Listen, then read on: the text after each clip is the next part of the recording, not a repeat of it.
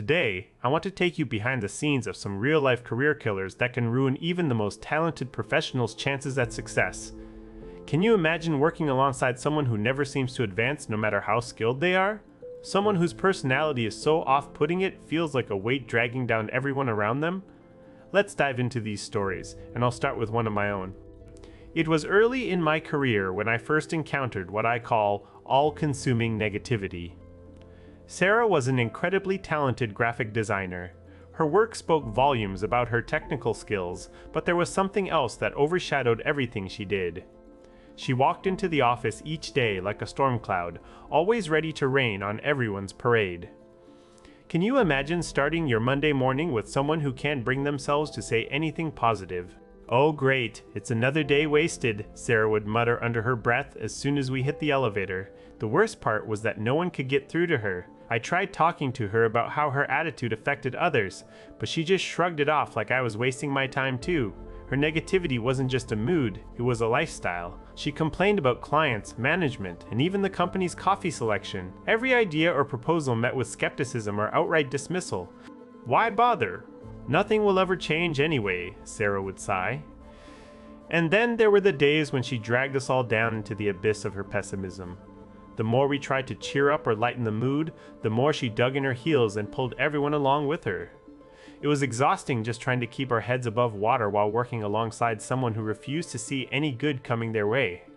Next up is one of the most frustrating personalities I've encountered, the person with compulsive, inappropriate humor. Let's call him Mike, but you probably already know people like this from your own experiences. Mike was a software developer known for cracking jokes that would leave everyone cringing and wondering why he couldn't keep it to himself. He had an uncanny ability to find the most awkward moment in any conversation and turn it into a punchline that no one appreciated. One day, we were all gathered around discussing a sensitive project when Mike piped up with something so off base and inappropriate that everyone froze. The room went silent as he laughed at his own joke, oblivious to how uncomfortable he had made us feel. How do you handle someone who can't seem to grasp the concept of social boundaries? It's like trying to teach an elephant to dance. Mike's humor wasn't just disruptive, it was damaging. We found ourselves second-guessing whether we could trust him in important situations, because there was no telling what he might say or do next. The lack of self-awareness was staggering, and it painted a picture of someone who couldn't be relied upon to maintain professionalism.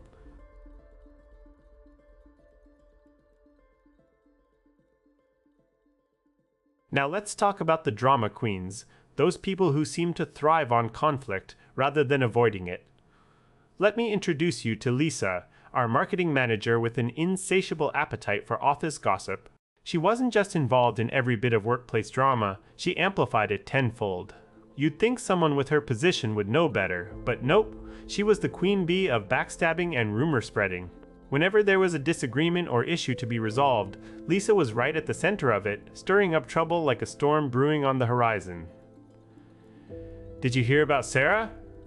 she'd whisper one day as we walked by her desk. "She's been talking behind your back again." It wasn't long before everyone started avoiding her and each other, because no one wanted to be the next victim of Lisa's toxic habits. Lisa lacked professional maturity, often crying or whining when things didn't go her way. She had this knack for making people feel terrible about themselves while she basked in self-pity. It was a vicious cycle that drained everyone around her and made it nearly impossible to focus on our work. Then there's the know-it-all who acts like they're smarter than everyone else. This is the person who scoffs at other ideas, rolls their eyes during meetings, and generally just makes people feel small. I remember one colleague named David who epitomized this behavior. He had a way of making everyone in the room feel like an imbecile with his condescending tone and nitpicking comments. One day, we were discussing project timelines when David started correcting every single detail, no matter how minor. "That's not the best approach," he'd say, followed by a series of suggestions that felt more like criticisms than constructive feedback. The team grew tired of feeling belittled and began to shut down in meetings just so they wouldn't be on the receiving end of another one of David's lectures. David's behavior wasn't about improving things, it was about putting everyone else down while he elevated himself. He went over people's heads, stepped on toes, and pitted team members against each other with his constant need to assert superiority. It was a toxic cycle that stifled creativity and collaboration. Finally, there's the inability to accept accountability. This person is always looking for someone or something else to blame when things go wrong. I once worked with a colleague named Rachel who mastered this art form. She'd throw anyone under the bus at the drop of a hat, rewrite history to suit her narrative, and frequently tattletale on teammates to HR. One day, we were facing a major deadline crisis when Rachel blamed it all on external factors beyond our control, never once acknowledging her own part in the problem. "It's not my fault, everyone else is at fault," she'd insist with such conviction that no one dared challenge her. But behind closed doors, she was known for her meticulous record-keeping of every misstep by others. Rachel's behavior created an environment where accountability was a rare commodity and trust was in short supply. It made it nearly impossible to work effectively as a team because everyone was on the defensive against someone who never took responsibility for their actions. These personalities, while different, share one common trait. They poison any workplace atmosphere with negativity and dysfunction. They make it hard for people to thrive professionally and personally. But what can you do when faced with these challenges? It starts by setting clear boundaries and expectations for professional behavior.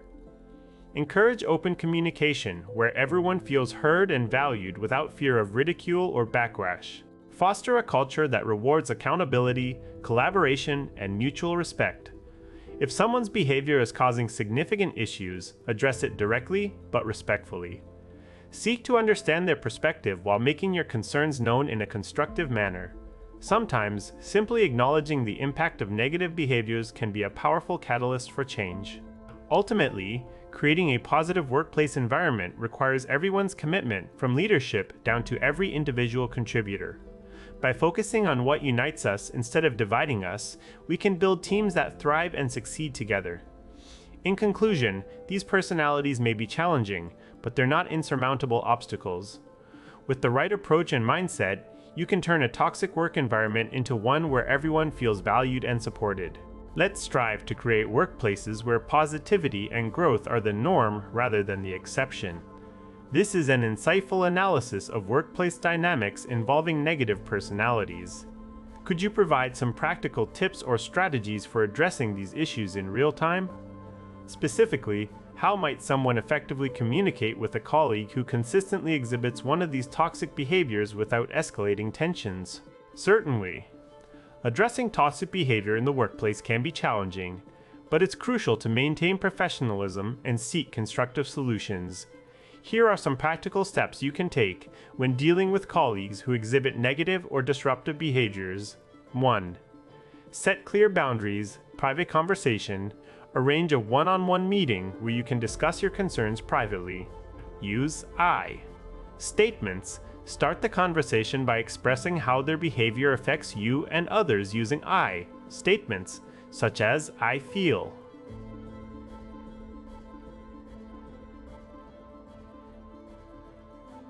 Or, "When this happens, I find it difficult to." Be specific. Provide concrete examples of behaviors that are problematic. Avoid generalizations. 2. Focus on behavior, not personality. Describe the issue clearly. Explain what specific actions or words are causing issues. Avoid labels and generalizations. Focus on the behavior rather than making sweeping judgments about.